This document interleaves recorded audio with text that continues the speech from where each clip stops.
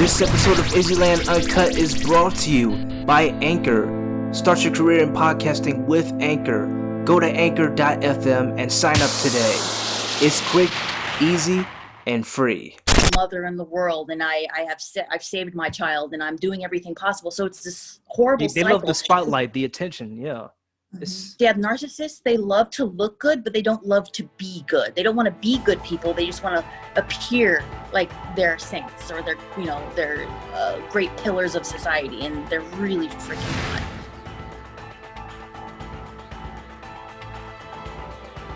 Hey guys, it's Ishmael Bowden, the creator and founder of IzzyLand and host of the podcast series IzzyLand Uncut. In this episode, I got the chance to sit down with Kristie Sealock, who goes by the name of Vigilant Viz on Twitter.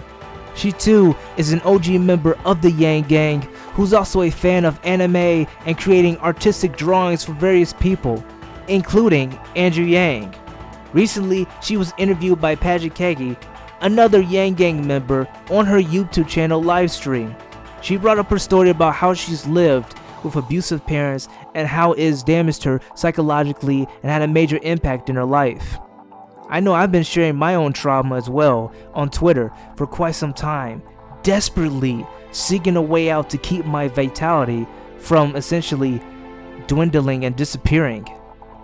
And she's one of the few people who truly understands and has been actively looking for ways to help.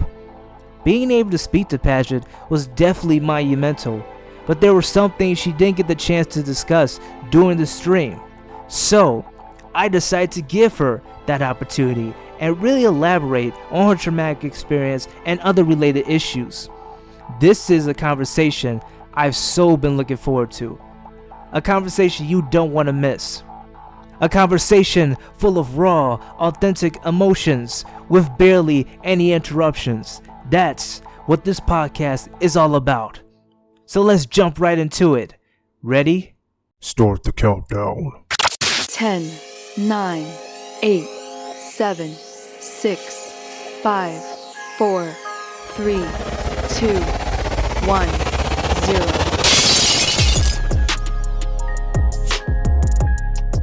What's up, everyone? You are now listening to the 4th podcast episode of the uncut, uncensored, unscripted version of IzzyLand. I'm your host, Ishmael Izzy Bowden, and today I'm joined by a very special guest. She's also a hardcore member of the Yang Gang. That's an awesome artist, has a great personality, a big heart, and a pro at sharing anime gifs on Twitter. Allow me to proudly introduce the one and only queen of cuteness, Vigilant Viz Kristie Sealock. Vigilant, welcome. Thank you for having me. Thank you so much for having me. I'm so excited to be here. Oh, thank you for coming on. But so let me start out by first. I do want to go by this one tweet, which is pretty much breaking news, where you said, and I quote, and this is on the 22nd, and you said here's my promise to you all now for when I run in 2022. I'm gonna do things so differently. If I can't raise enough money via grassroots, I won't run simple. If I can't get something passed without selling my soul for tons of cash, I just will find another way. So just by this tweet, are you confirming that you will run in 2022 along with Arika Simone and many others? So Yes. So are you working on getting things set up, your campaign or whatever, or is it still being are you still getting things prepared and stuff? What's your stats on that? I'm still getting some things prepared because I didn't know if I was staying in Texas for my campaign, but I found out I want to say a couple weeks ago. It was really happened really fast. We got an opportunity to move to Oklahoma, so I decided to postpone my campaign until I can get there and get registered as a citizen there. So, or sorry, resident, resident in Oklahoma. So once that happens, I'm all good to go. Oh, you're in Oklahoma.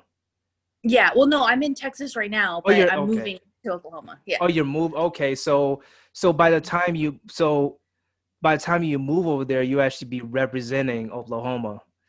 Yes, I will. Nice. So yeah, I think yeah, I definitely believe you'll make a great addition. And this is for like, General Congress, right? Like House or Senate or Yeah. whatever. Do you hmm which position you're aiming for? Well, I'm aiming for. I want to do. I mean, I would like to aim for Senate, but if I have to start locally and kind of like rise up through the ranks, like that's fine too. Like I'll do that.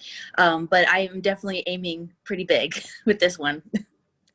Yeah, I mean, yeah, I feel like yeah, having you in Congress would be not only awesome, but it's very crucial because um, individuals like yourself, I feel like y'all definitely know how to you're you'll definitely bring us into down the right path forward as far as like getting stuff done and and also addressing problems like like abuse, like um narcissism, various things, and of course UBI and things like suicide, drug overdoses, various things, and even like you're an artist yourself. So yeah, I feel like if you can make it in there, that'll be yeah, that would be pretty epic. I mean, we managed to get Blair Washington, I believe, who's representing Tennessee of District 1, I believe, and Yeah. yeah, like that was pretty monumental. So like if we can also get David Kim in there, and then in 2022 get you and Arika, I mean that will be great. Yeah, Now, I think so. It's a good lineup. yeah, oh, there's no doubt about it. Um, Sorry, hold on. okay, There okay, you go. Okay, sorry. I had to fix something. Okay, that I'm was here. cool. Yes, but speaking of like uh speaking of like things like abuse and stuff, I know like Mhm. you yourself have gone through it, and I mean I saw your interview with Paget, Mhm. and yeah, like when you were telling about your story, and I was like, yup, that's just like mine. It's like, and were your parents like what type of abuses were they more so psychological, Mhm. emotional, or were they alcoholics, or drug addicts and stuff, or Well, I feel bad because during my interview, I wasn't able to give as much. Like the story is so huge, it would take hours to cover everything in detail. But yeah, the type of abuse that I suffered from my abusers, um, that was more psychological than anything. It was more psychological, and then the other half was medical. So on one hand, I'm being told in public in front of like my other relatives by my abuser, I'm being told that school is so important, and being clear-headed is so important, and doing, she's saying all these things. Like with me, she would be giving me medicine that she knew I didn't need, so that it would make me really foggy and not doing well. And then she kind of like, it was really weird. The more I think about it, it was just very strange, as she was causing the problems, and then she would be getting upset at me for not being able to function well. And I'm like, looking back now, I'm like, you caused very same problems you're getting upset about, and that, and, you know, you're doing to me. But it was really messed up, and I know that I'm not alone in this. I know that, like, you and many other people are going through the same thing, and it's being disguised as strict parenting. It's being disguised as, oh, that's just how it is, and that's not right. It's not. People shouldn't be experiencing this. It's unnecessary. Yeah, it really is, because um I mean, like, as you can kind of tell, like, due to, and again, like, when I heard your stories, like, it's so similar, and like, yeah, I know you've heard like Militia, and even like my friend Jose over in Canada, and many other very disturbingly similar stories.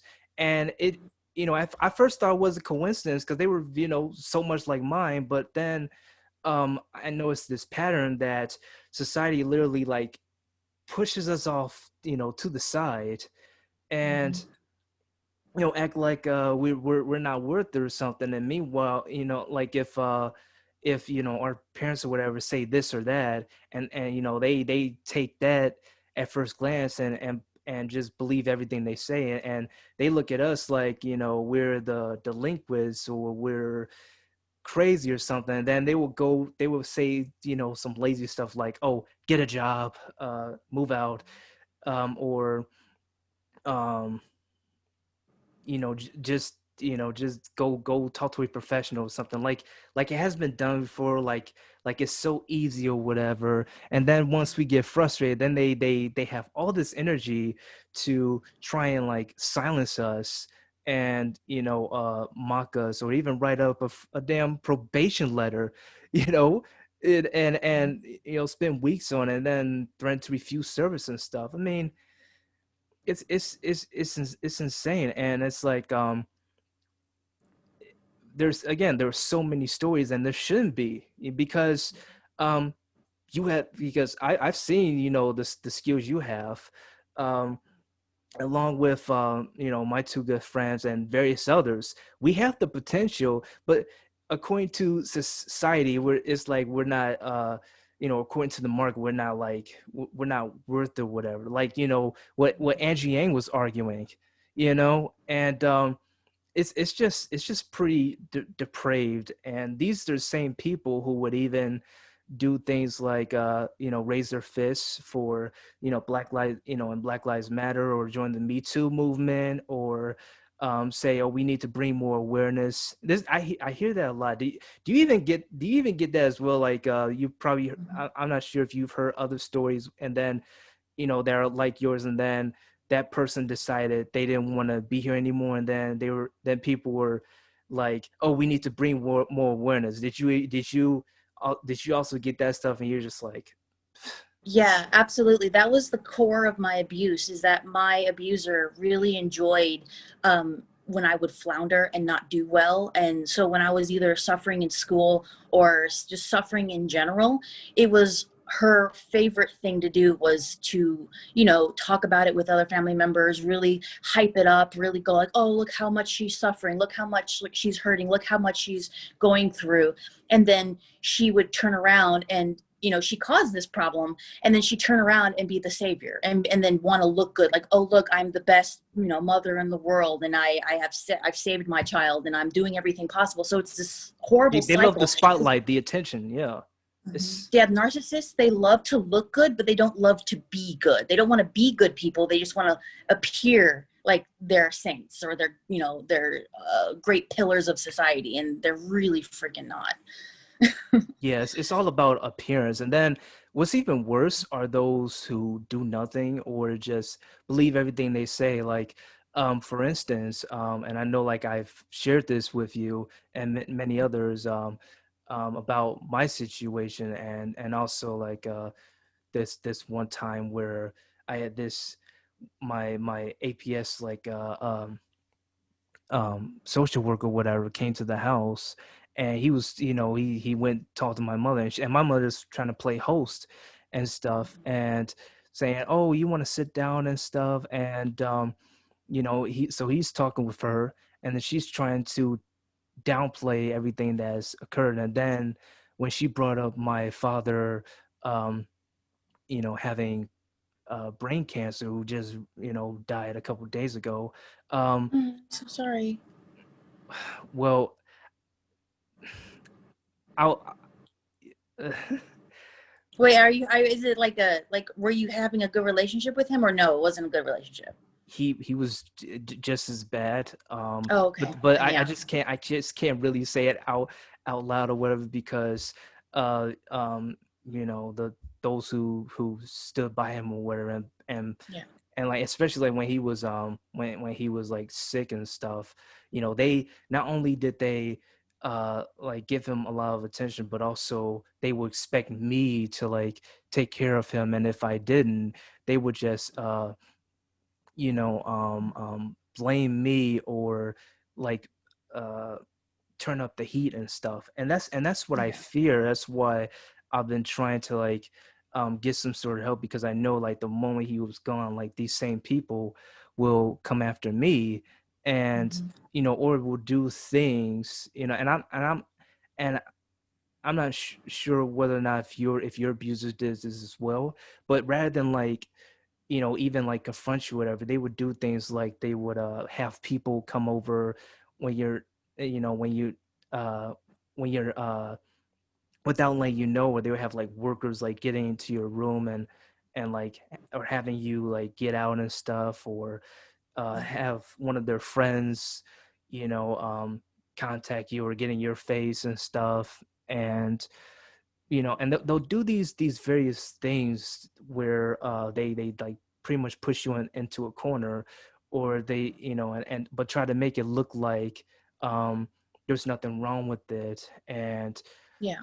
what they're doing is justified and stuff. And but you don't really have a say so, because everyone believes them. And Yeah. if you're, because they're older than you, and they're you know your parents or whatever, and they have, like they have employment, and you don't, it's like, well, maybe if you got a job, this wouldn't have happened and stuff. And that's usually the Yeah. rhetoric. I have a question for you.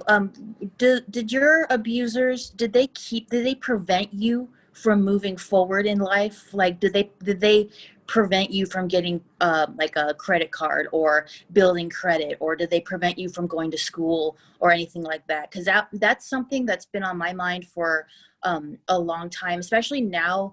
Like, before Yang Gang came to help me and hire me for my artwork, I was freaking out because I have no like traditional job, Yeah. and I needed money to make my deposit. And this was one of the times where I got really frustrated because I couldn't help but go back to my past and go, all of the I remembered all the times that my abuser kept me from getting a driver's license. I didn't get one till I was 23. She kept me from building credit, didn't want me to have a bank account, didn't want me to have, a credit card. Everything that I had, like, I eventually got a bank account, but the whole thing was just asking for that was a battle. Like, that was so hard. And did that happen to you? Like, did you have that as well? Did you face that? Not quite. It was more Okay. so for me. It was more so about, um, I mean, they at first they would say like, oh, like when I first used credit card and stuff, Hmm. they would say, oh, be careful and stuff.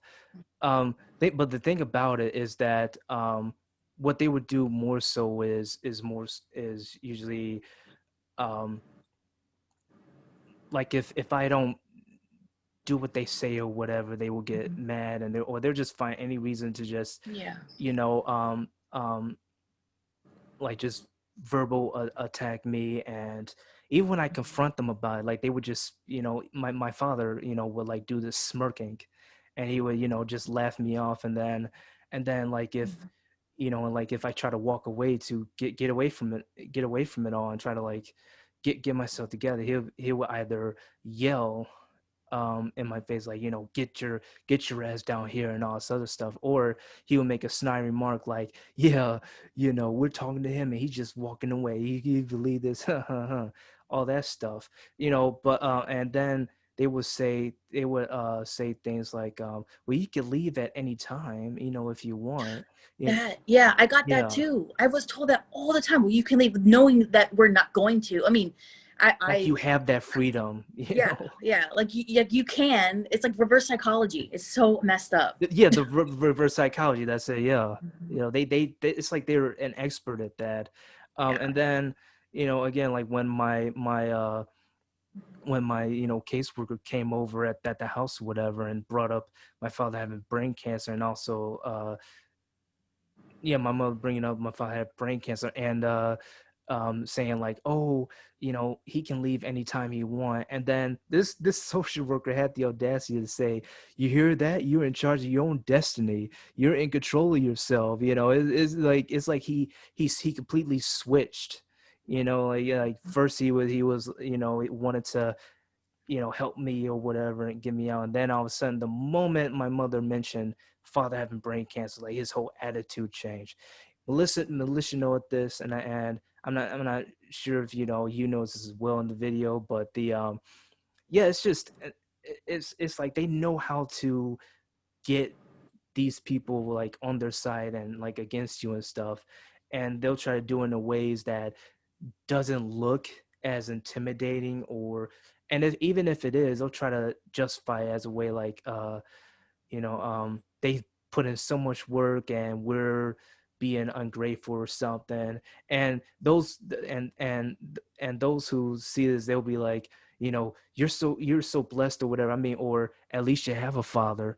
That sort of stuff. And I'm like and it's insane. And the thing that upsets me the most is that there are a lot of stories like ours, because like there's you, me, Militia, Jose, Jacqueline, and many others throughout our society, throughout the world, and no one gives a shit unless we were like freaking celebrities, like you heard about what happened to Chadwick Boseman with the with him having cancer and stuff. Like a lot of people, like a lot of people were up in arms about that. And I also recall like Militia telling me that singer Selena Gomez, she recently had lupus, and when she told her fans that, like, they automatically created a GoFundMe for her, and she was able to stay alive or whatever. But what if she wasn't a celebrity? What if she was just some random person or whatever? They won't do anything for her. Even after she reaches out, they'll just say, oh, just get a job, or I don't have the money, and all this other stuff. And so it's like I just know it's like just like the double standard, or like the selective sort of thing and stuff. And then when you confront them about it, they try to get all defensive. But I'm just I mean, has that happened to you as well? Yeah, absolutely. The biggest frustration I had, that 6 years ago when I escaped my abuser, I was telling everybody who would listen. I told my family first. I was trying to tell them, and there was, it was pretty divisive. Like half of them either didn't believe it and they thought I was lying, and they're like, there's no way, your mom could do that. There's no way. And then the other half who believed me, I mean, I don't even know if they still fully believe me, but the other half then was like, oh, wow. And then they acted, appropriately. They're like, wow, that's horrible. Oh my God. Do you need help? But overwhelmingly, the side that didn't do anything, and that the side who like didn't believe me, were my own relatives, the people who were in my life the most, who I thought would jump into to my defense. And at least I wasn't asking for a lot. I was just asking for my relatives to speak up on my behalf and go to my mother and say, hey, what Spread the fuck? the word. Yeah, but they didn't. They stayed silent. And then, if anything, they told me to be quiet. They said, hey, you need to stop because you're going to embarrass the family. You're going to ruin her reputation. And I was like, this woman needs to be in jail. just I was like I mine. don't give a Yep. shit. Yeah, I was like, I don't give a shit about a reputation. I was like, she ruined, or tried to ruin, my life. Tried I to was kill like, me. Yeah. tried to kill me. This person, I am 100%, I have no doubt that her end goal was to take my life. Because if you think about it, for a narcissist, what better way to get an unlimited amount of sympathy whenever you want it is to bring up your dead daughter. And the Oh, she cycle had mental continues. illness. Mm-hmm. And It's I just, didn't die. I'm still here. yeah. But and I also heard like you managed to like you managed to get out. How long did it take you? Like when did you make the escape, and like what was the process in that? And has things gotten better, or or is it still like a never ending process, and like you're still trying to heal and stuff? Is like, give me the I'm rundown still of that. It's like, Oh, okay. I am still trying to heal. It's my life is a lot better now that I'm away from all of that, but I'm really excited to say that my life is better in the sense that I have a lot more freedom. I have a lot more, love in my life. I finally feel like I can control my life, that I don't have anyone, that I don't have to ask permission. I don't have to go to my abuser and say, hey, can I do this? Can I do that? Like I used to. I just go, you know what? I'm an adult, and I get to fully, be in that, like, okay, I'm here. I can do stuff. But yeah, the process to that was really hard. I had been suspicious of my mother for a long time. I had a feeling that something wasn't right, that something was going on. I didn't know what it was, and every time that I got close to kind of like figuring out what she was doing to me, she'd always find a way to cover it up and kind of like push back. But finally, that day that she was like losing her mind and freaking out, I just grabbed my stuff and I left the house, and I called a friend and I said, hey, can you come pick me up? I can't live at my house anymore. So I stayed with him for a little bit. The mistake I made was going back to a family member who was close to my abuser, and I lived with them for a while. And then I finally had to leave her as well because she was just as abusive and just as, manipulative. So that wouldn't work. But then after that, I actually met my husband, and then he and I started to rebuild from there, and we moved away, and we've stayed away. that's awesome. Thank you. I mean, but at the same time, I know like, what if you didn't what if you weren't able to get out? Like, what if you stayed trapped, and like you were still constantly trying to go through the proper channels and talk to various people, like say, hey, I need to get out, otherwise I'll freaking die, or something bad will happen, or things will escalate, and then people just literally just walk right past you and stuff. I mean, so you definitely got lucky, and I'm glad you managed to get out. But the Thank point you. thing is that again, like there are not there are others who aren't so lucky, Yeah. and then but so when people hear your story and they go, well, you managed to get out, like, and they try to like compare your story to others, and that's just, they're like, well, if she could do it, you can too. And I'm like, it's like it's every situation is different, and where we're not in Mhm. like, and it also depends on like location. Like you say you're in like Texas, right? Mhm. um and I'm over in the Chicago area, and you know um being out on the street in Chicago is not really a place to go. And for militia, being out on the streets of like South Africa, you could get, there's a likelihood of you getting like raped or killed. And same over here, you could get shot. So you can't just like, and also the neighbors I have here, they have connections to my parents and my family, and they too are just as toxic. And also in the community, they when you mention like job or discipline or whatever, the people in these communities, like they they automatically take that side, believe the rhetoric and stuff, because that's like the trend in this community, like, oh, getting a job, whatever, go work at UPS and stuff, and they'll use that as a way to deflect like the real reason and stuff. But yeah, I wish I wish I could just get out, like just implementing UBI, that could have most definitely got me the chance to, like, save and get out. and then, start healing and stuff, because you can't really do it while you're literally immersed in this toxicity.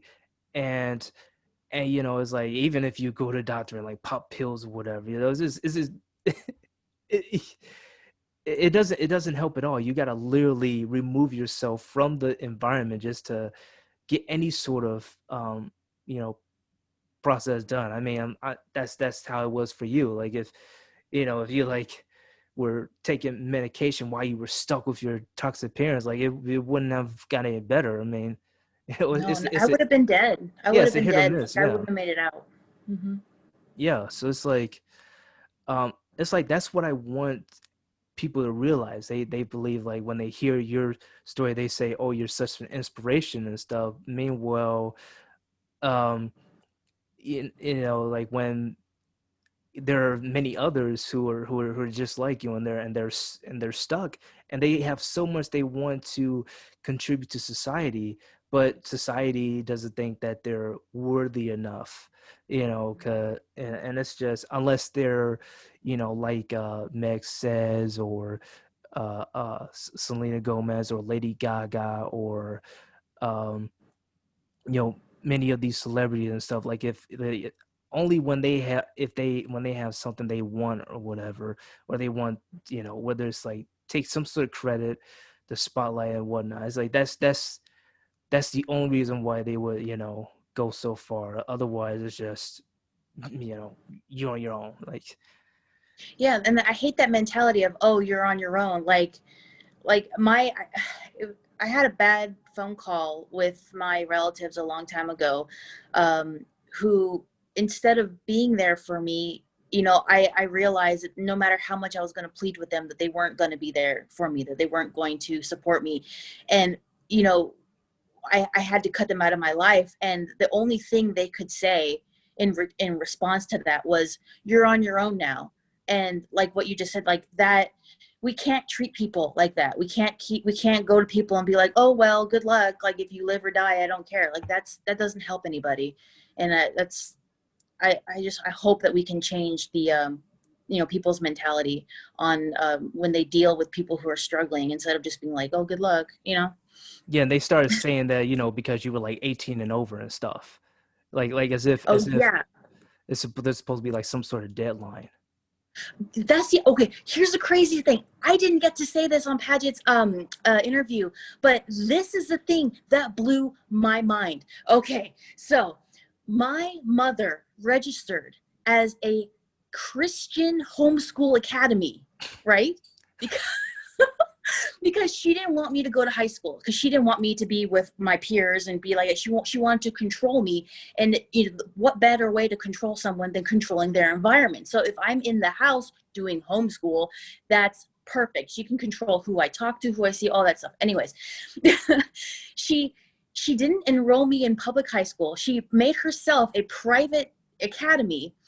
And then when no school happened for my entire high school career, after I escaped and everything, this was years later, I called the Texas Department of Homeschooling. Like, I don't even know if that's the title, but like, I called the people who are supposed to be in charge for statewide homeschool, like, management, where they like make sure you're doing the work and that you're actually doing what you're supposed to.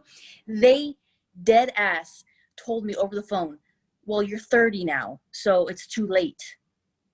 They won't prosecute her. They won't go after her. They won't do anything. They just literally told me, oh, well, it was so long ago that it just doesn't matter anymore. And when I tell you I cried, I sobbed for like a good hour. The feeling of helplessness that an actual state recognized like institution will not be there for you even after the fact, like, that's insane to me. That makes me go, holy crap, how many people are being let down right now, or in the same situation, and then they literally have no one to step in and be like, hey, you can't do that. Like, you can't fuck with your kids like that.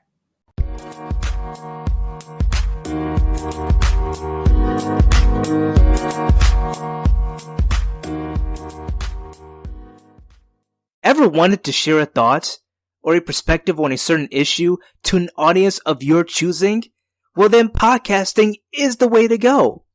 When it comes to podcasting, you can verbalize your insights on a range of topics in an unfiltered setting. You don't really need a voice for radio. Just pick up a mic and speak. Anyone can do it. And the best place to get your podcast up and running is the free podcast-based platform called Anchor. With Anchor, not only you can easily upload and or record your episodes and promos from the comfort of your own home, but you can have your podcast shared on various social media platforms. I've actually seen my own podcast, IzzyLand Uncut, on apps like Spotify and freaking iTunes. And as an added bonus, Anchor gives you the option to monetize your podcast.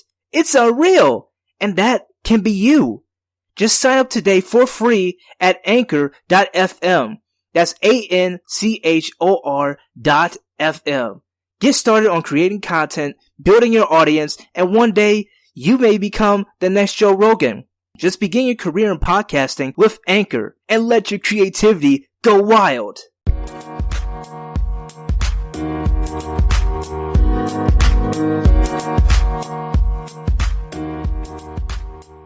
I don't know. That's almost similar to what Jacqueline Holman told me, like, because she's a victim of human trafficking ever since she was a kid, and I believe she tried to go to court, to address this and like get some sort of help, assistance or whatever, or prevent these or bring these Johns to justice, as she would say, as far as like her abusers and her traffickers and stuff. But the court was like, well, that was too long ago, and you're older now, and we can't do anything for you. And she's like 55 now. Like, just imagine going through all this since literally since the beginning, and no one is really trying to help you. They're just blowing you off, and also like piling on even more problems in your life, on top of these sorts of occurrences, and then to the point where it does make you go crazy, and things like being positive, being nice or whatever, like that's like a trigger. It's like it's like that's like a waste of energy, and they don't even have they barely have any energy to do that, or even like energy to do the things that you enjoy, because like I'm been there are times when, like, with your art and stuff, you might not even have the energy to draw it out, because it's like, because that takes a lot of like focus and energy and stuff. And am I right? Yeah, sometimes I Yeah. have to I find myself having to push myself to finish a piece or keep going. Thankfully, everyone's been really nice about giving me time to do it, to do my pieces, do my art. But yeah, sometimes I wake up and I'm just like, I don't want to do that right now. Yeah, I'm tired. And also, like, it's just like, if there's some sort of like interference, and usually when it involves like your abusive parents and stuff, or even just doing some basic chores, just trying to make something to eat, or going to the grocery store or whatever, like that in itself I know it makes me like literally just collapse, and I can't do anything else for the rest of the day. As a matter of fact, like the previous episode, I was going to cancel it because I didn't get any sleep. Like I because my insomnia was just through the roof, and and I had to like literally push myself, whatever. And then right afterwards, like, I was just literally in the bed till midnight, essentially. And this is just a one-time thing. It happened like since 2017, and I know like there's also been times when early on for decades, there were moments like that, but it started picking up and getting magnifying as the years progressed. And and then people like me try to like come forward and say like, hey guys, like this is I'm not myself, and this is not supposed to be happening. I really need to get out of here, because if I don't, there will come a time when I close my eyes and I won't wake up, and then they're like, well, well, do what you can. I'll pray for you. And it's funny, No, I like hate yeah, I know. It's like, and it's funny, like you mentioned your mother like becoming a Christian, because oh my goodness, it's like it's like these abusers, they love to like become religious and stuff, and I feel like they're not doing it because they've changed their ways. They're just using it as like I call it like using God as an alibi. Like It grant. is. It is. It's because Yeah, if you're seen as a religious figure, if you're seen like, oh, I'm so holy and devout, then for some reason in people's minds it makes them go, oh, you can do no wrong. You can't be a bad person. You can't possibly. But it's no. and the pastor is like so gullible, because like they say, oh, I've changed, like I'm a good person now, I'm so sorry, please forgive me. And then the pastor's like, well, Jesus forgives everybody, even those that have sinned. I'm like, fuck you. Yeah. And especially and especially like the family or whatever, like they try to recite the Bible verse and stuff and say those the same things the pastor would say. And I'm sitting here like they tried to kill me, and you think that it's we should, that it's all good. It's like, it's just, It's not all good. yeah, exactly. That's not how it works. And like sometimes even forgiving someone like that is actually more damaging, cause more harm than good. Because then Yeah. let's say you do that, like they'll like, and I know there have been many times when you like forgave your parents, or were like, okay, maybe they did change, or maybe tomorrow like will be a better day and they won't be like that. But then they go back to what they were doing originally, and it's like, and now you're at the point where, okay, um, this has gone on for too long. I'm starting to have health problems, and no one cares. So now I gotta look after myself. Now, Yeah. like, have they? This is the other thing I wanted to bring up. Have your parents had, like, if they because I also make the connection with various types of abusers, have they, like, if they done something wrong like last night or whatever, like when it was like a lot of attacks towards you, and calling you derogatory names, or making you feel cornered, and all various other stuff, like did the next day, did they like give you like gifts, or they or Yep. certain foods, or just like things that you like, but instead of like or even like, yeah, just basic things, whatever, like clothes and stuff, have they Yeah. done that for you, do to you? Yeah, for me, it was really, really, really messed up because my mother, she was actually the main abuser. My stepdad, I can't say anything bad about him because he wasn't even involved, honestly. So he had no idea that I never went to school. So he's like She was the anonymous master here. manipulator. She was the one who did all the damage. But what she would do is she would say things to me like did you see that tweet today of that TikTok of that guy hurting his girlfriend's feelings and saying how she doesn't look good and like why didn't Oh, you put makeup on? I gotta check that out. You Okay, could, because there's tag me in that, if you okay, I'll want. tag you in that. But like that Yeah. was a really good example of the stuff I had to go through, where my mother would tell me things like, "You're really fat today, and you look really gross, and no one's gonna love you if you're not 130 pounds." And she'd say all these nasty Yeah. things, and then she'd take me to the mall later that day and be like, "See, don't you have it so good? I take you to the mall. You should be happy, and I'll buy you food. You should be happy." And then I get tricked into it, and I go, "Okay, well, she's being nice to me now." And then we get home, and then it's more of the whole, "You're a loser, you're not, you're not good at school, how come you never learned how to study?" And I'm like, "Oh, because you never taught me. That's probably why. You never put me through school. That's why I don't know how to study." She'd say things like, You should never have kids because you don't know how to clean your room.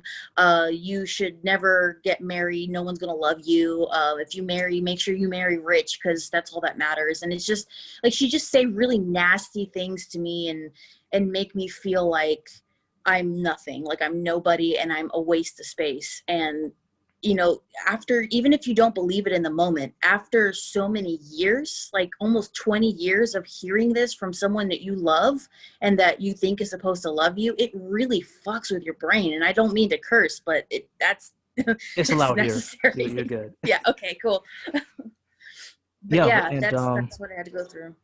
and yeah, to your point, like so you're at the mall like after having this, and then people are look around, they see like, like I'm betting like your mother like had a smile on your face, whereas you like you were just a freaking mess. And then the people looking around like start going like, oh, what's wrong with her or whatever. Or then they were like, you know, sometimes like as your mother about it, and then she would find a way to make it like your fault and stuff. Yeah, And like I'm just depressed. Oh, I don't know. I don't know what's wrong with her. I don't know. It's always that. It's always every reason under the sun except for her fault. That's the main thing I've noticed with a lot of oh yeah, narcissists is that it's always somebody else's fault, but not mine. Just like me speaking as her. Like if I was her, she would say it's always somebody else. It's not she. She's perfect. She's without fault. But you know, whatever. It's hard. now did you did you actually like start drawing and being an artist like during these times as like an outlet or coping, or was this like after you managed to leave? Well, I've been drawing since I was a kid, but it really picked up when I was 15, because I know I talk about it a lot, but I still get pretty salty about it because that's when I should have been in high school. I should have been in high school 16, years old. And instead of being in high school or doing school at all, I was literally stuck into my house. It was like quarantine. I wasn't allowed to leave. If I wanted to go somewhere, I had to ask her permission, and the answer would usually be no. And so to find an escape, I just threw myself into anime. I threw myself into watching it, reading about it, trying to learn the language, just anything to fill up my days, because nobody knew that I was trapped in my own house. Think about anime.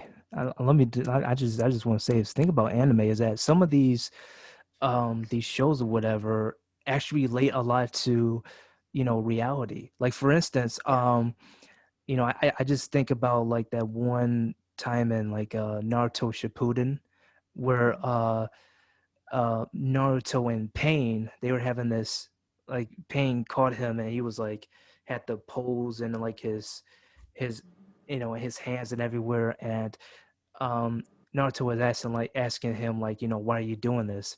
And Pain was like, he was talking about the cycle of hatred and how a lot of people close to him, died due to like reckless, unnecessary wars and stuff. And like they're saying they're both ordinary men and seeking justice. And it's come to the conclusion that human beings won't understand each other. And he literally, and then he asked like Naruto like, so how will you confront this hatred in order to create peace? And when I hear that, it resonates a lot with people like me and you when I hear that, well, specifically from Pain, because I know like if had he not gone through all those like all those traumatic experiences and losing those closest to him, like he'd probably be just like Naruto, or probably be like all smiles and stuff, and yeah, they're and there are various stories throughout the series just like that. And that's why even with like Attack on Titan, same thing with like Aaron Yeager's, like he was born into this world, and like his mother got eaten by a Titan. And they're like, and there's like this system saying like, oh, um oh, the Eldians, did this, committed atrocities like centuries ago, and he has to just suck it up and deal with it, and he's trying to like move forward, but in the process like he's becoming crazy, and he's like starting to become like cold and this and stuff is so. Yeah, like anime can't do that. It can be very relatable, like even though it's considered fictional or has all these great graphics and stuff. It's like if you listen to the message, oh yeah, it's like it's so identical to what we're going through, right now, or our history, and like what is damaging us and driving us apart. I agree. There's a lot of very relatable content in anime that hits home way too much. Oh yeah. Yeah. What else?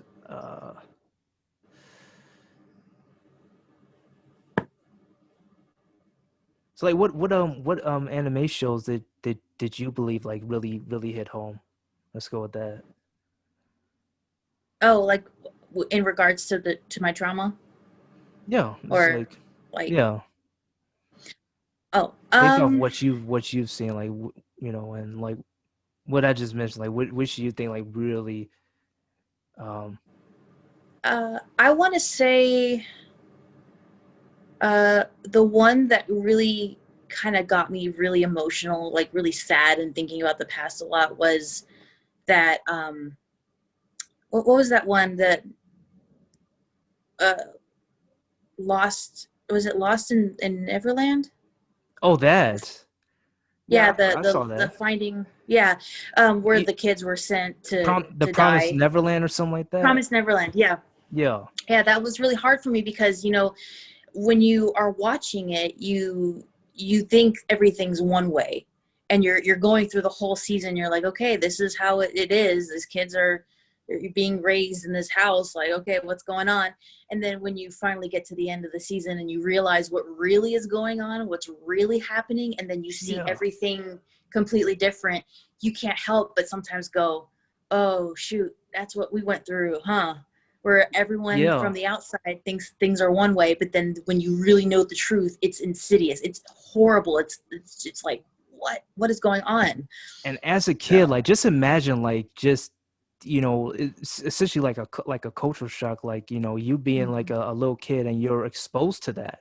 You find out that truth, and it's like that can scar that definitely scars you for life. And then you got this that one girl who's trying to like be the leader, and I mean Yeah. it's like that's a major undertaking, and trying Hmm. to escape from you know the person that she thought loved them all, and then got to deal with these demons or whatever. It's like it's like that's a lot to put on someone, and yeah, there's a lot of overlap.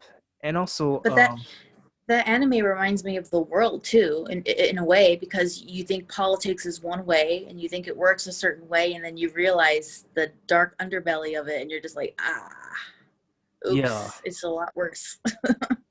Yeah, you got a lot of animes where these people or politicians, whatever, they put on like a mask, and then Hmm. they show you like their ugly face at certain times, like even like Parasite, where Oh yeah. they look like normal people, but then they just their whole face just pulls apart and stuff, and you see this monster and stuff, and yeah, like Province Neverland, Attack on Titan, um,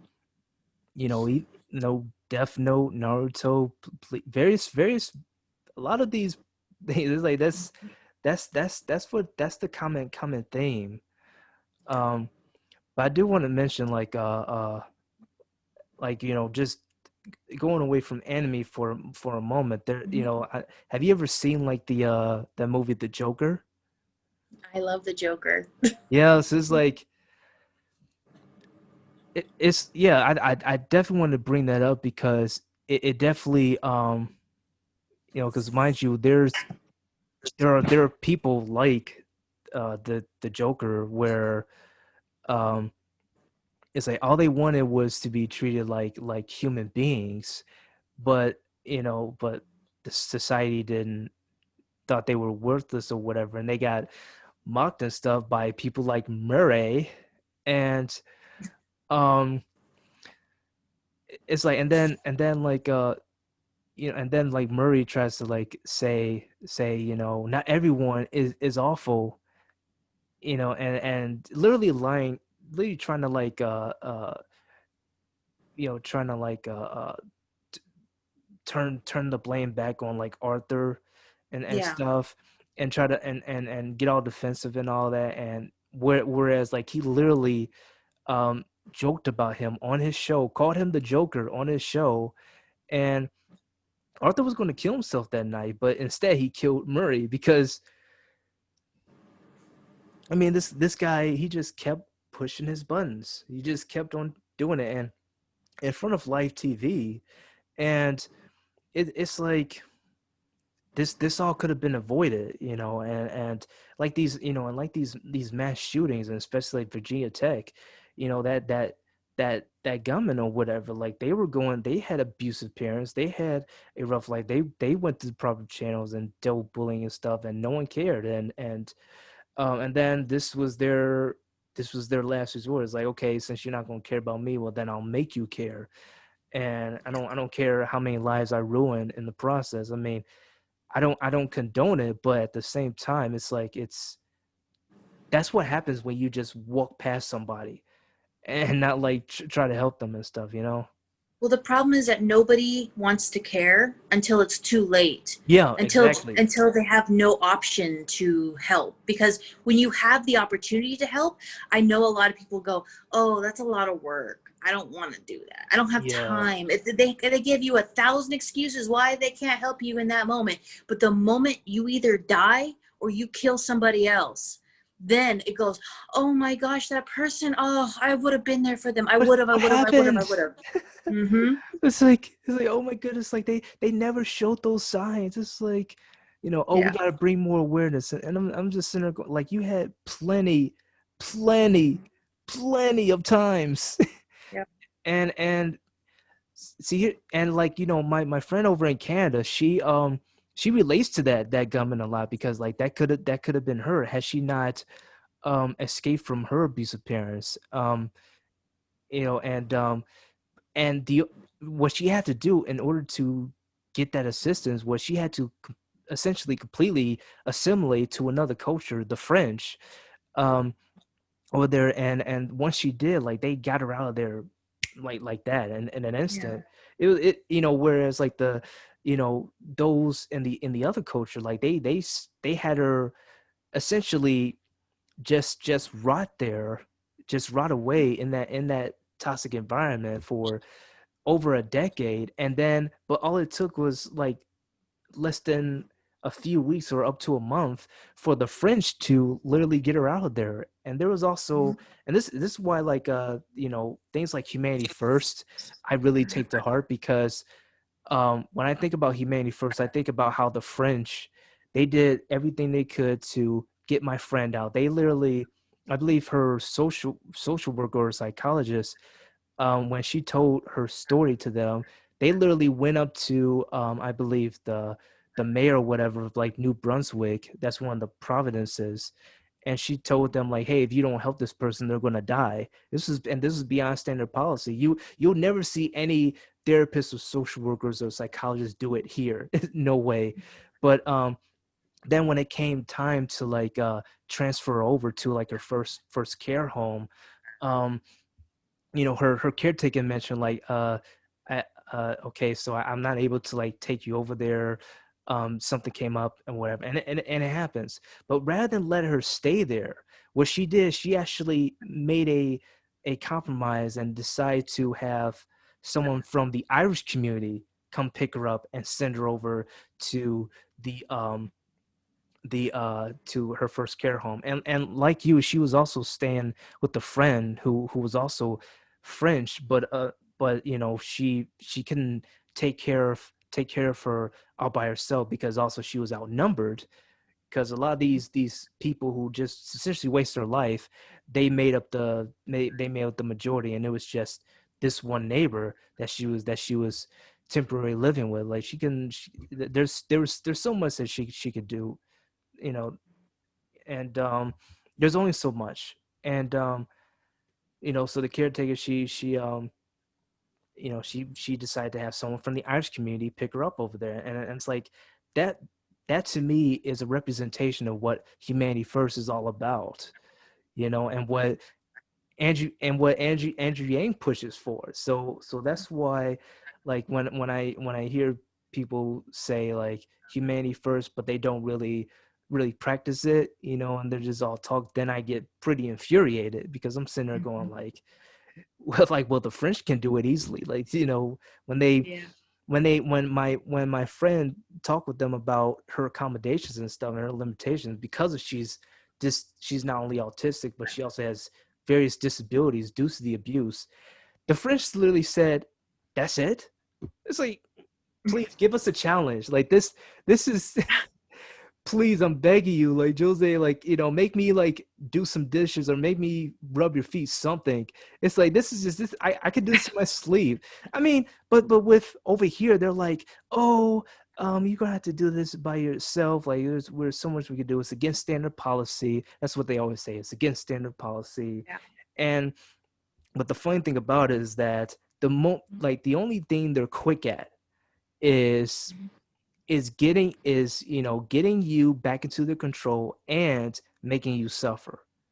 You know what I mean? Because like they'll write up a prevention letter or report you, silence you, and like just smear you and all this other stuff. And I mean, has it also happened to you as well? Like you get to the point where you're like, I'm so fed up, and then they're like, oh, well, in that case, you're this and that, and then they just they waste no time trying to like call the cops on you, or make you restricted and stuff like that. I've had some experience in that way, not to a large extent, but I've had some experiences where when I was just escaped from my abuser and I was going through some therapy and I was trying to get back on my feet, I did notice a trend with some of the I don't know if you would say it was a social worker, but the therapists and the people who would be in charge of those programs, I felt like they were more looking for hot words so they could send people away, like what you're talking about. Like they just want to kind of like write you off and just be like, oh, you're talking about this? Okay, let's get you arrested. Or you're talking about this? Okay, let's send you to the hospital or whatever. Like there was a lot of hands off type of therapy. And it was like, that's not helping. Yeah, exactly. It's like, it's and like if you say like you have these illnesses or whatever, like, okay, we'll just or you think, or you're suicidal or whatever, they say, okay, let's just throw you to the hospital, let's put you in, or somebody else take care of you. Yeah, exactly. And then they just brush their hands off, like their job's done. But and like over in like the French side, they never do that. I love that. That's awesome. And I'm sitting there going like, and here's the thing, Kristie, they're 50 years behind. The French. Yeah. They're 50 years behind in technology, and resources. It's like things like this, how far behind they are. They're their latest software they have on computers like Windows 95, and they don't have. I shit you not. They and also they before like my friend Jose actually like leaked info about like autism and LGBTQ community. They didn't have that, and Wow. and and here's the thing, like the other culture, like they West society, they actually want to have all these resources to themselves. They weren't willing to share it with them. And I mean, had they did, like they would have done way more. They would have been way more advanced. But I believe like this society is all about, again, appearance and competition and always Profit being first. too. Mm-hmm. But right, profit too. Yeah, exactly. And like they and I recall like she told me when this was over in Ontario, where the French, they actually would sneak into like these workers offices and stuff, and they would try to get info about those issues and stuff. And these people will claim that, oh, they're snooping, like they're in their they're going through their privacy, when they're actually trying to get crucial information to like help others. It's And amazing. they just hem and haw and make a big scene. And I'm like, and I'm sitting here like, that's actually a good thing. Why are you making such a big fuss? It's like, that's what's so disturbing about it. It's like, if it wasn't for the French, like, I know like this group, this culture would um just get away with these sort of things, and then hog it to themselves, and then pull in a big. Here's the other thing, like going with appearance, they like to pull on a big show in front of the cameras, Yep. and they'll keep on doing that. And but the moment like once someone like the French calls them out and puts them in their place, now they're like they're like a shriveled up flower. They're like in my friend, like in those press conferences, they're always like, next question, they're like, Yeah. they're so scared. But Mhm. if like the French like lets the leash loose a bit and like gives them authority or whatever, they will ruin a life with a smile on their face.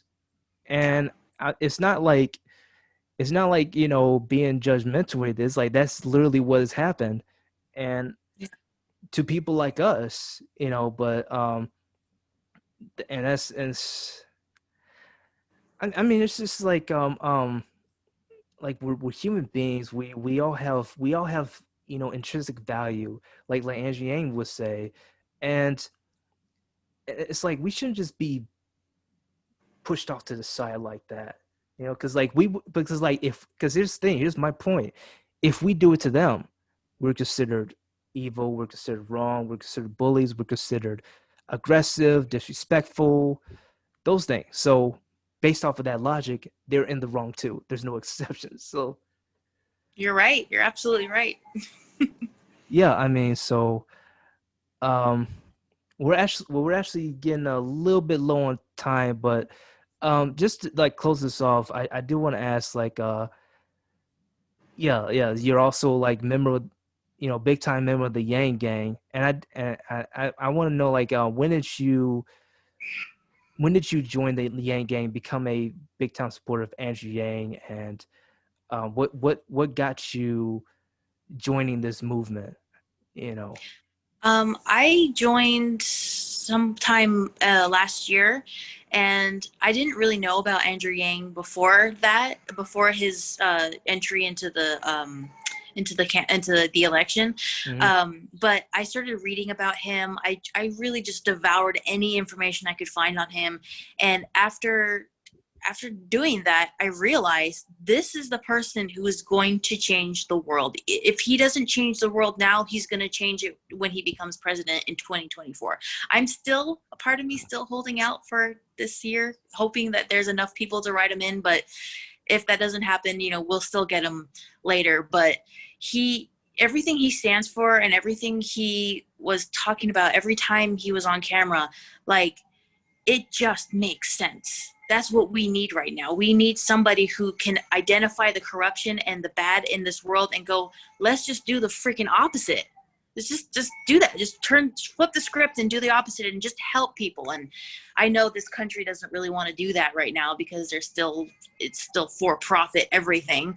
But yeah, I hope that, more people can read about him like I did and, last year, and go and continue to support him and push his message along, because that's so important right now. Oh yeah, 100%. And yeah, like, to your point, like when I listen to Andrew Yang, and him being on the camera, like he's like that on and off. There's no Yeah. like behind the scenes, like, like inside or whatever. Like, that's how he is, on and off the camera. And it's just like, when you're with him, it's as if he's like your brother, as if he's like a part of Yeah. your family. It doesn't feel like cringy or whatever. And mind you, when I first discovered Andrew Yang, it was actually because of my friend who's with the French now. she's the reason why I managed to discover Andrew Yang. Now I'm talking with her. I think like Andrew Yang started in like 2017, right? And that was actually one of like the worst years for me, because that, like what we've been talking about, that's where things started escalating, as well as in 2018 when his campaign started picking up. And it was like later in that year when I was talking with my friend who's telling me about the French and like and also, you know, similar cultures like the Hispanics, the Greeks, the Portuguese, the Italians, the Irish, how they will help look after their own. Like if we were part of their culture and we were suffering or whatever, they wouldn't just like leave us off to the wayside. They will like they will go in and full throttle when it comes to, you know, helping us, and they will help do it, you know, by any means necessary, and they'll do it pretty quick too. So I asked her, like, why can't we have someone like that over here in America, over here in the States, or even in similar societies? And I shit you not, that was the exact time I actually discovered Andrew Yang. And it was like a clip from Joe Rogan and then the Funk Bros, and him talking about like he sees what the future hold for his children and us, and it's not something he's willing to accept. And he's talking about things like autism, mental health, the suicide, drug overdoses, opioids, and all these various things that don't really get the recognition they deserve, you know, in the media, or you know, and or like in on Twitter and stuff. And I'm like, you know, it's like it's these issues that get overlooked so many times that are actually the root cause for things like mass shootings, for things like, you know, division, and you know, and suicides, and corruption and various other things. You know, if you want to address these other issues, you gotta get to the root cause. And also like he considered every single he looked at every single issue and considered every single problem, and he didn't BS around. He didn't, you know, use platitudes or told you what you want to hear. Like he was just I would say like it's like most of the politicians, like they would give you like those big letters of all these great things and stuff, but they won't really read you the fine print. Like it's the fine print that's, you know, sometimes like they will add some stuff in, sneak some stuff in that you didn't really sign up for. Andrew Yang literally reads you the fine print. That's what I say. It's like this. That's like what he does. It's because, you know, and that's why he even like posted his policies for everyone to see, and he doesn't. And the other thing is like and again, it's like this goes back to humanity first. When he dropped out, did he disappear? No, he actually he literally just created another organization specifically to give us money, and it actually managed to reach me as well. And I'm sitting here like that's literally what the French did with my friend. Going like that, like when I told you about her being transferred over to the care home, that's literally what Andrew Yang did, you know. But instead he did it with, you know, saying like, oh, he's gonna put money into the people's hands. He said what he was gonna do, and he did it, and he got right to it. He didn't waste any time, you know. But had he like said, oh, I'm gonna give money to the people, I'm gonna help everyone, and then once he dropped out, he was never to be found, like that would be wrong. You know, well, that's how you know he would be fake then. If he would just be another politician if he didn't do what he actually promised. But he did that. He went ahead and fulfilled the promises he said he'd make on the campaign trail, and I think that speaks volumes. And I really hope that more people can see that and go, wow, Andrew Yang's like, he's the real deal. And the only reason why he even went this route is because Congress didn't do their job. Like they're doing right. Yeah. So like it's no surprise. And here's the thing, like he went to DC, right? And again, like I also want to remind you, the French government, again, 50 years behind, they could solve these issues in like less than a week. So anyways, so he went to Congress, right? And he was like telling them about these issues we've been discussing, and and they pretty much just blew him off. They say, well, I guess we'll get better at it. And he's like, they say like, oh, we'll train more people, give them more jobs. And he's like, that shit didn't work. It's like people are dying and suffering, and this shouldn't be our way of life or whatever. And they're like, well, what can you do? I mean, I believe John Stewart, tried to do the same thing with the first responders, and they were like, well, Yeah. and so, but then one of the guys, and I know, there were several F-bombs dropped when they said that to him. And if there, and maybe and if I was in that position, I probably would have been flipping tables or whatever. But like, if he did that, it would be like probably over the news, like this crazy Asian guy just Yeah.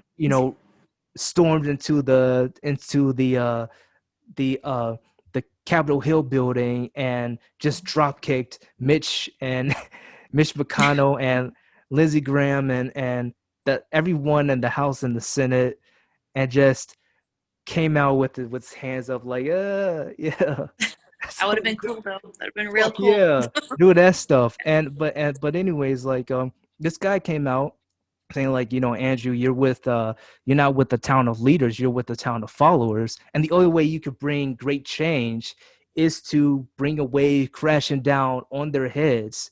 And he's like, challenge fucking accepted. So, and like, but if this government was the French, and he told them like these issues and stuff, they wouldn't say like, oh well, we'll do what we can. They'll be like, okay, we'll get right to it. Done. Yep. And then Andrew Yang wouldn't have run for president. The end. So Yeah. he'll still be helping people behind the scenes. So I mean, like, and again, like the French, they'll get it. They may not get it done in a week, but they won't get it. They won't have you waiting for like years. Yeah, Or even like our months. government does. Yeah, exactly. It's like, you'd be lucky if they got anything done in like a few months. But yeah, it's just like, I look at these various cultures who are delayed in resources, in like advancement, and we're the ones faltering. We're the ones claiming to be the greatest. But something as basic as this, like it's too much. But they're definitely productive when it involves like, like destroying infrastructure, destroying lives, and just like adding fuel to the fire and things like that, rather than doing something that's actually beneficial, actually helpful to us, to our lives.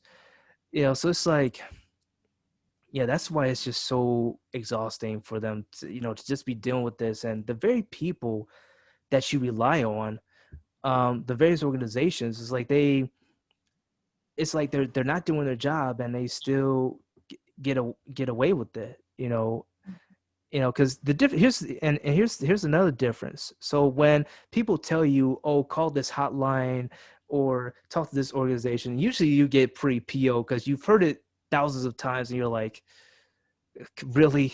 But like, over in the French, they actually, the French people, they told my friend that, and first thing she was like, oh fuck off, but then she actually tried it out, and these organizations, these hotlines, they actually do their jobs.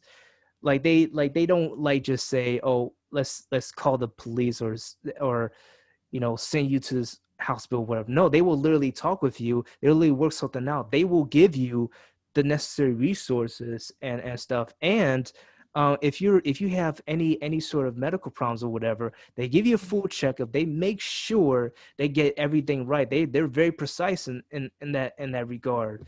And it's like, again, they're so delayed, in resources and stuff. And I'm like, we should be, for someone like us, we should be doing this without in our sleep, like without breaking a sweat. So yeah, like that's and the only one I could think of is really doing that is Andrew Yang, because it's like, he reminds me of like, like the second premier of Ontario, Doug Ford, or that one conservative politician, Pierre Poilievre, or whatever, of Canton, Ontario. And it's like I feel like if we had more people like Andrew Yang, like he's the closest to the French or whatever, and if we had more people like him, I feel that we will move into the right direction, and we wouldn't have these sorts of traumatic experience you know like you and I and a couple of my friends and many others. It's like we could be out here like traveling the world, um starting a business, running for office like much sooner, and various other things. Like we will be prospering, but because of what we've been through. And I know, like I believe I made this post where we didn't, like, as a child, we didn't dream to grow up to be miserable, you know. It's like we always wanted to do something with our lives, whatever. This is not what we signed up for. So let's not this be our, like, the end of our story. Like we should have something more fulfilling, something more substantial, and be able to do what we want. But Yeah. these people, like, aren't really giving us that chance. It's like I don't know. I just feel like, people like Andrew Yang, like they're not like that, and that's why I became such a strong supporter for him, and it's like that's why and because I feel like we are the same in that way, and like when he would get emotional when I also heard that he also wears his heart on his sleeves. It's like, yeah, he's so much like me, and I believe you felt the same way as well. And it's just yeah, it's I wish there were more people like him. It's like, or more people like him in Congress or in power and stuff. So yeah. But is there anything else you want to add? I know I talked your ear off with that one, but No, like it's okay. Oh no, I mean, I guess the only thing I'd like to add is that I sincerely hope that I can become a real senator someday, or a congressperson, so that I can help enact the changes that we need to see. You and I, people like you and I, we really need UBI so we can get away from our abusers, so we can create a life for ourselves that, to where our abusers can't take that money away from us. Because, like I said before, when I was really frustrated with not being able to, like, do a lot of things that other adults can do. Like, I don't have credit. I wasn't able to build credit, and I spent all this time trying to heal and trying to get away from the danger that I wasn't able to develop like a normal, or a traditionally normal adult. So when Andrew Yang was talking about UBI, I was like, everyone needs this. This will only benefit everybody. And we can't spend any more time yelling at the Congress people that we have. I mean, we can do that, but not a lot of change is going to happen. We need to be that change. We need to, like, literally infiltrate Congress, all of us, yes, and and be able to help each other so we can move forward finally. or have the French take over. It's like, Yeah. yeah. So it's like, yeah. I mean, and like I always say, UBI isn't like the solution, but it's step one. Okay, it's the foundation, and you can't really get anything done without UBI. Okay, Medicare for all, you got to get UBI. Reparations, you need UBI. Better housing, you need UBI. Free college, definitely UBI. Higher wages, UBI. And also, like, when people spend, it circulates throughout the economy, and everything else falls into place. And also things like democracy dollars, ranked choice voting, and updating not only the GDP but freaking Congress and the Supreme Court. You know, if we're supposed to Yeah. be the greatest country, we shouldn't be having these issues. Just Yeah. saying. This is a narcissistic country, and I hope one day we can actually just become a real country that doesn't Yeah, look to exploit and profit off of everyone's suffering. So we'll get there someday. I know we will. someday. I hope someday is soon. Yes, me too. Okay, but that's it for this video. You mind sharing with everyone, like, your Twitter handle, how they could get in contact with you and stuff on Twitter? Yeah, sure. My Twitter handle is @Visurant, Visurant. Viz, V-I-Z, and I am open to make new friends. Also, if you want to commission me for some arts, I'll be more than happy to do that for you. Well, you heard it here first, folks. And also, like, if you yourself want to come, on the podcast to, like, if there's anything you want to share, whether it's an idea or a story, please, like, DM me on Twitter reach out to me on Twitter at Izzy Bolden, IzzyBolden, and just direct message me, and then we'll set up a time, and I'll gladly have you on and give you the floor, give you the platform. I mean, that's my goal here, because I want to get the message out there and let everyone know that there are lots of stories, lots of people who are of creative minds and are just they have potential, and they should be the ones leading the world, and doing and just solving these issues and stuff. But that being said, I hope you all enjoyed this video, and like, until then, I'll see you all next time on the next episode of IzzyLand Uncut.